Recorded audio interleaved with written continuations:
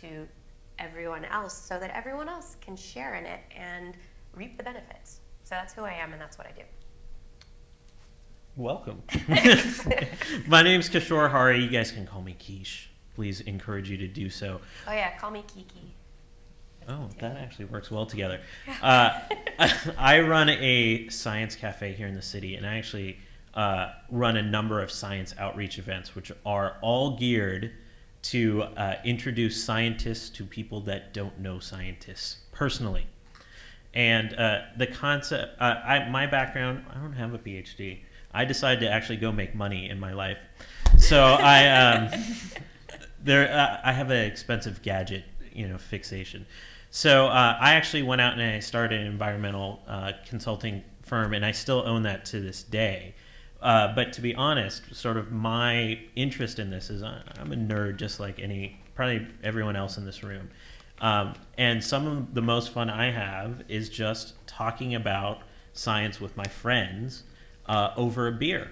And I don't think this conference is any different as I see Oktoberfest on the schedule later tonight. So what I just did was sort of formalize that by, instead of just having that conversation with my science friends, is invite other people into that conversation so that they feel like they have an ownership and a stake in what you all are up to. Because in the end, they do. Because why do the work otherwise if it doesn't have some sort of relevance to humanity somewhere down the road? And I got to say, like, that really drives me forward, the idea of inclusion, of representation, and community around science, to sort of build upon one of the questions in the second half of how do we get away from just talking high level to our colleagues about it. That's what I really stand to represent. So yeah, that sounds good. There are problems. There are problems, and I think your question earlier kind of got at one of them, is the different levels of communication. Communication can be achieved in different ways depending on who your audience is, and so it's very important to understand that different people have different backgrounds and different interests. However, each and every person approaches the world asking questions, trying to figure things out, just trying to figure out how to survive. So at heart, every single person is a scientist. Every single person has also the basic human emotional drives: fear, anger, love, hope, all sorts of basic human emotions. And that is the same among everyone. So the key tips to starting out communicating are getting past the fact that, oh my God, I have to talk to somebody who has no idea about biochemistry. What am I going to tell them about this? I can't explain it without using the jargon. I don't know. You have to think about, what are the crucial aspects of this person as a human, as an emotional being that you can get their attention with. So who actually has a problem talking about their work? I actually talked to about half the people here this morning, and I asked them the simple question: have you ever talked to your parents about your work? Only half of you said yes. So apparently we have bad relations with our parents here. But I want to see, there are a couple hands over here and over here. So yeah, what are your problems? Come forward or speak up. What are my problems? Say, every time I try to talk to my mother about my work, I have to start by defining DNA or explaining what DNA is, you see. And I think it becomes very difficult, to start from something very elementary. It seems much more easier when you start, top down. Top being the fear side. You talk about cancer and somehow try to relate things as opposed to, down up. But I still feel like it's a losing battle. I still have to keep going back and trying from the very beginning. And I haven't necessarily brought her to a point where she can answer any meaningful question about anything I've told her. So I feel like I'm still losing this battle. I try, but I'm losing this. So you're definitely frustrated. What about over here? Well, I can't explain my work to. Well, I can explain it to my father, who's a scientist, but I can't explain it to my mother because my work has absolutely nothing to do with anything that a normal person or the average person ever thinks about. And so, at any level, it's hard to describe any part of it in any words that you understand. So what's your name? My name's James, James, why do you do it? because I love it. Why do you love it? Like, what Well, about it? Because I like finding out new things, and I understand that she understands like that basic part of it, but I can't explain to her like exactly what I'm doing. in But any you, way. so you're working at some very, very, very niche level. But if you expand it out, think of it as building blocks. If you go out to the very large scale, are you chemistry, biology, like Biophysics. biophysics? So give us the 2-sentence Two explanation of what you do. We're totally putting you on the spot, and this Elevator is great for pitch. us. Science or explanation of the layperson explanation. Layperson. Two sentence. So just tell you what I do? Yes. So I study a newly discovered bacteriophage tubulin homola, and I'm trying to understand its structure and function. Okay, so bacteriophage. I mean, there's a reason that you that this particular homolog within the bacteriophage is being studied. Yeah. So bacteriophage, you can start with, okay, bacteria, the bugs that, are everywhere, little microbes. There are, what does a bacteriophage do? That's bacteria. Right, there are, did you know that bacteria get sick? That there are infections, things that infect bacteria? Most people don't know that. So that one small piece of information is really interesting. And so being able to go from, we know bacteria can make us sick. There are things that make bacteria sick. And if we can figure out how or what it is about these things that make bacteria sick, maybe we can use it to kill off bacteria. So this is the problem I have, which is that anyone in my family other than my immediate parents doesn't understand the idea of asking a question because you just want to know the answer. It's alien to the culture of my family. They want to know Right. how can I sell more gravel, make more concrete. And so the question is it better to do what you just said, which is to lie about the reason why you're doing it? But is that really a lie? Well, it's not at all why I do science. I couldn't care. I mean, it's great if there's an application, but it's absolutely not why I do it, even though that's what our chancellors would all have to say now. But I do it because I'm curious. Plain and simple, end of story. Then Do I have that's- to lie to my family and say, I'm going to cure influenza? No. There is a short answer to that. Yes. No, I'm kidding. No, I mean, I think one very simple, just spreading the idea of curiosity about the world. I am a scientist because I like asking questions and figuring things out. End of story.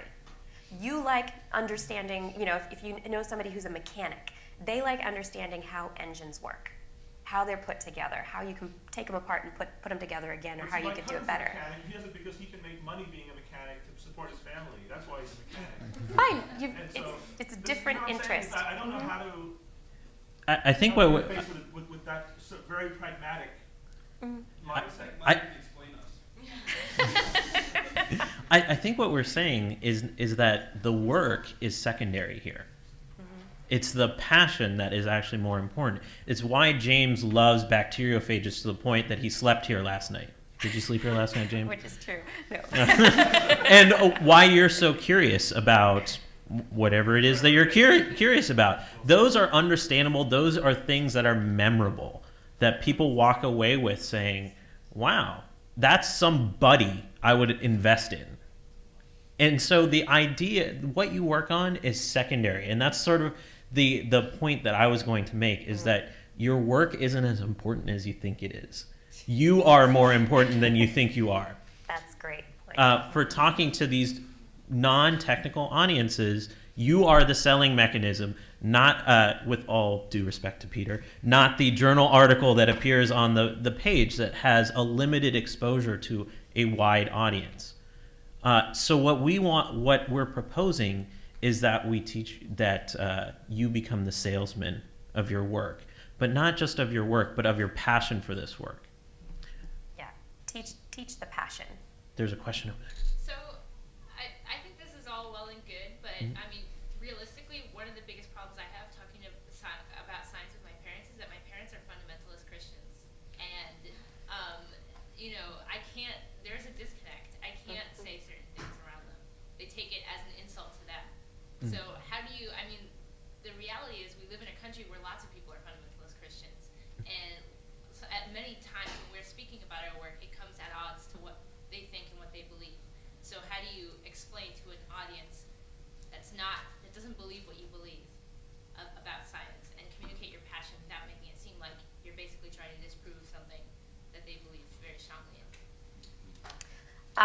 Yeah, Kiki? yeah. This is a really important question, and I do come up against this a lot. And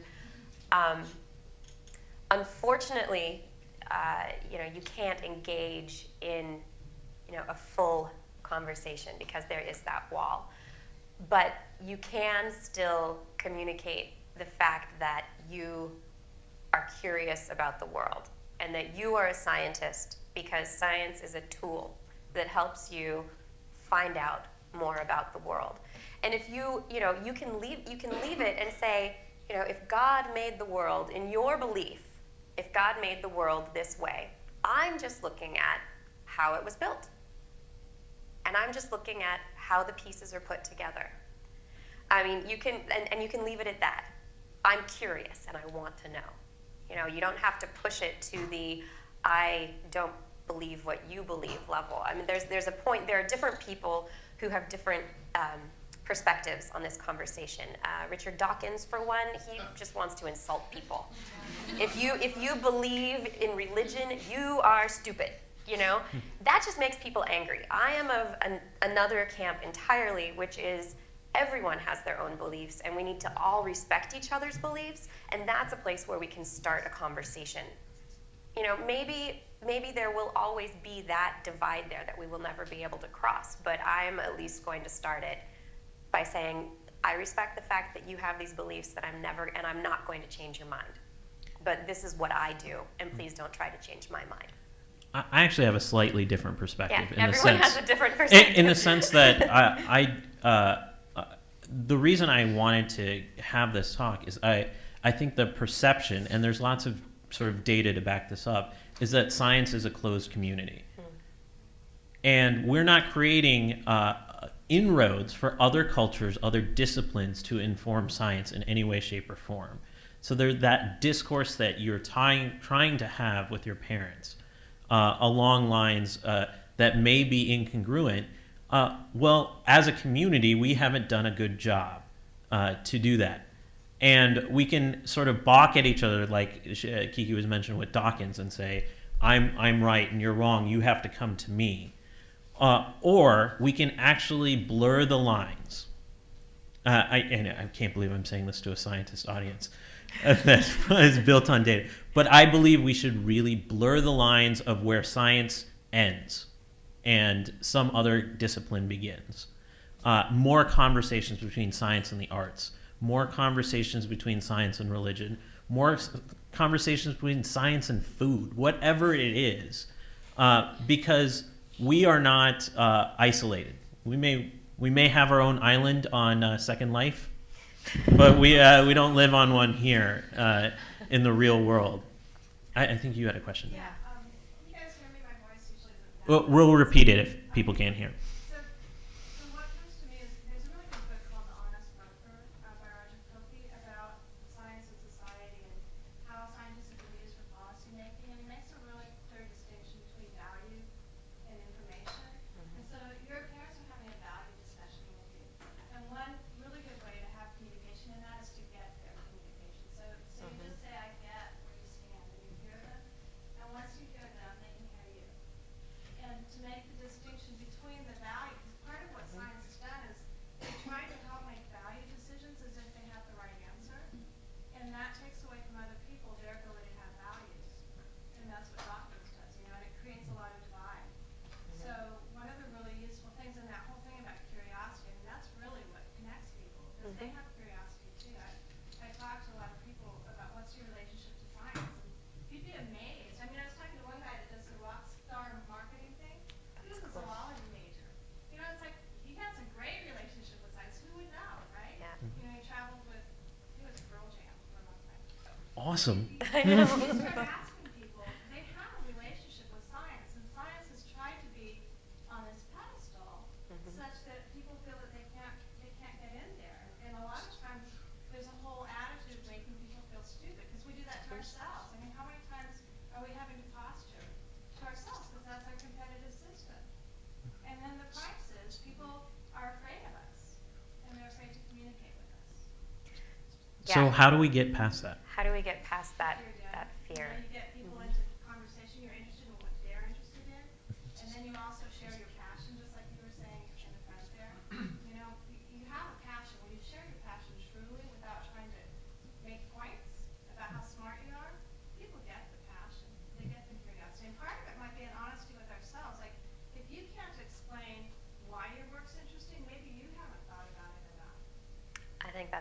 good point.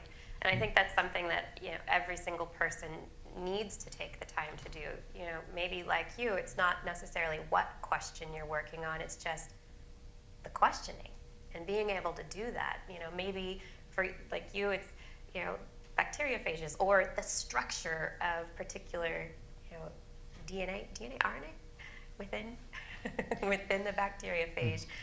Maybe it's a certain aspect of genetics that you're dealing with. Yeah, why is it? What is it that drives you, and what makes you so passionate? So, how many people here feel like they're doing a good job of that right now? Getting out and really sharing their passion. We have 2 out of 50. And That's then a there are good like percentage. 3 people going like this. Why do you say okay? What are you up to? I think I do a good job of communicating my passion for scientific understanding, but it's usually in areas that are completely unrelated to the actual advances I'm participating in. Well, they're not completely unrelated in the sense that being on the the ground level of actually advancing science has greatly increased my understanding of why scientific knowledge is valuable in all other fields too.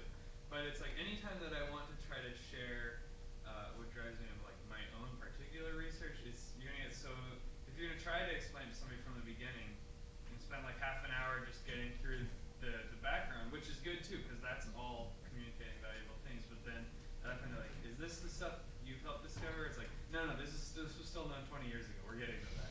By the time you finally get there, it's like, yeah. So I think that's the disconnect. There's a question. And also, I think, I mean, I don't know, it sounds like Wallace might have had a similar experience with his family, but you explain what you're doing and like that you're curious or whatever, and then they're like, but was it good for? Or when are you gonna get a real job? You know? I got that question this morning. I have a real job, and I still get that question. That's why I had all those cultural questions during the Indian presentation earlier. Yeah, I think this is where we have this is where as scientists we have a role in kind of affecting societal values. Because why is it that when you say, oh, I'm a scientist, I work on some really, really tiny question, but it's part of a bigger picture of helping us understand the world, and somebody says, yeah, but why aren't you doing something valuable? Why is it that people question the value of what scientists do? And so this is a place where it's part of our responsibility to get out there and go, hey, I'm a scientist. There's the Pew Research survey? The majority of Americans say they don't know a scientist.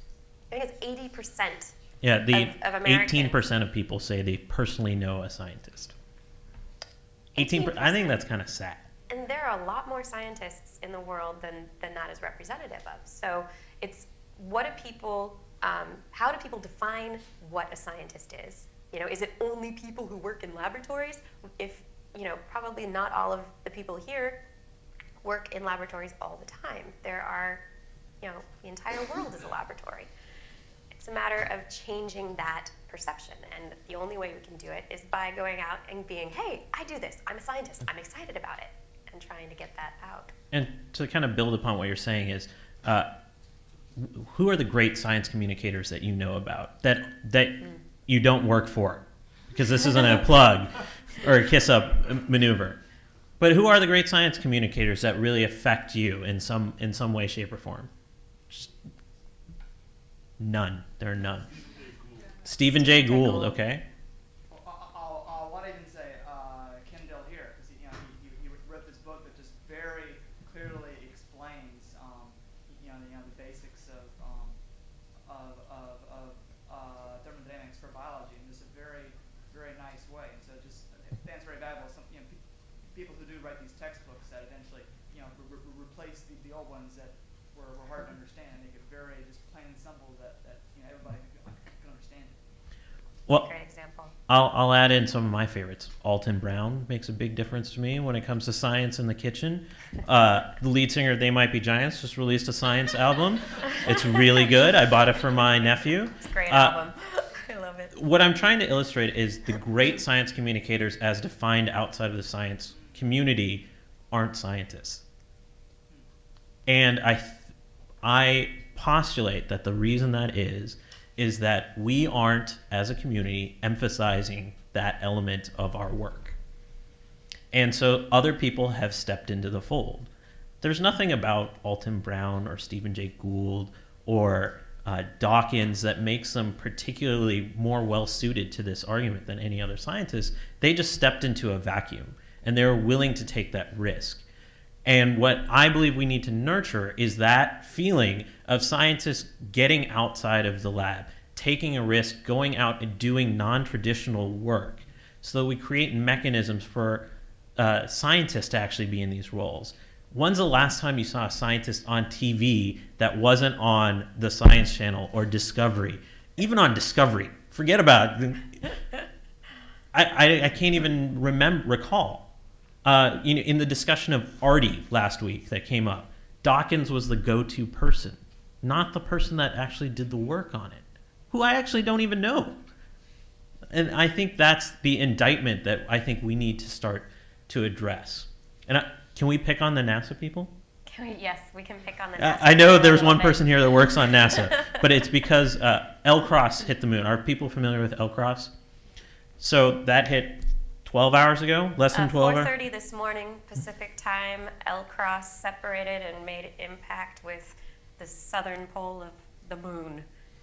But So- we didn't really see anything. So the mission was to identify water in shaded areas on the moon. This got translated to, we are bombing the moon.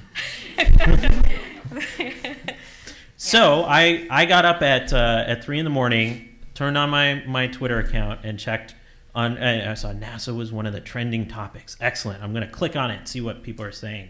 And they said the most ridiculous stuff. They said, why we bombing the moon, yo, is like kind of the more prevalent discussion than the search for water. I didn't see water anywhere discussed. And that sort of is representative of a concept you're going to talk about. Yeah, so in my thinking, I brought up earlier the fact. Anticipate a little bit before we move Yep, to yep. Yeah. So what you guys have been saying reminded me a lot. I was a postdoc at the Rockefeller University, and at some point, Sir Paul Nurse decided that he wanted to talk to the community. He's with great. us, which was basically a heap of about 500 postdocs and some other graduate students or whatnot. And you know, he was saying the same kind of things, like we're having such a disconnect in America between sort of the scientists and the people, and you know, we should really go and bridge that, and you know, we should really get involved in teaching high school students or God knows what. And we're all sort of looking at him like, yeah, that's a great idea, except we all sort of have jobs that take 60 hours a week, and you know, I would rather that we should pay somebody to teach high school students science because we have science teachers and stuff like this. And how's that turned out for us? Well, I mean, Where does your paycheck come from? but it's like Taxpayers. people have stuff to do. I mean, it's not. But I'm so we can. glad you brought that up, because I mean, It's the whole system, it's so perfect, because you have to look at everything. Scientists are busy surviving, and that's why the great divide. Scientists are busy surviving, but everyone knows, I mean, someone yelled it from the back, everyone knows that most science paychecks do come from the society that we live in. And I would argue, though, that even though we do have specific roles, such as high school science teachers that certain people are paid to do, you're paid to do a certain scientific job, or radio show hosts, exactly. There are these jobs that can be done that you can get paid for individually, but I would argue that there actually is a really strong movement growing. It has a lot of inertia right now where people are getting more involved in different ways. Going to give a talk at one of Kishore's science cafes. One evening, you have a fun talk in layman's terms, and you interact with a few people, and you're done. A lot of scientists have blogs. Maybe it's just to communicate with other researchers, but they are communicating in some way. And there is the aspect of, even when you go out to a bar and you're having a few drinks and you mention the fact that you do science to somebody, or you're at a cocktail party and someone, oh, what do you do? Well, I do this. You are communicating science. And so you have to stop thinking of it in very specific terms, but just every time you're talking to somebody, you're a scientist. You're a representative, and anytime you engage in communication, you're helping. I would just add to that Well, I mean, my point is that I think part of the problem is not that, because I think most of us probably do that. We meet people in bars and say, what do you do? Oh, I work on this thing and that thing. And I think it's very Christian and willing to, devote a life to doing these kind of things. the data does not bear that out. Really? Yeah. If 18% of people say they know Not that scientists, many of us. I mean, it's not like very. there are a lot. That's 18% mean. I mean, how many scientists are there for starters? Right. Oh, we're getting pushed on the data. I know, I can't remember. Yeah, we the didn't have it. numbers. That's why we should have put up the slide. Got rid of the slide. Because I don't remember the number off the top of my head. Blocking out some percentage, I don't know what that means. How many percent scientists are there? How many people? I mean, People do this, average scientists actually know. They're How many people does that each person know? But we should at least do a science. yeah.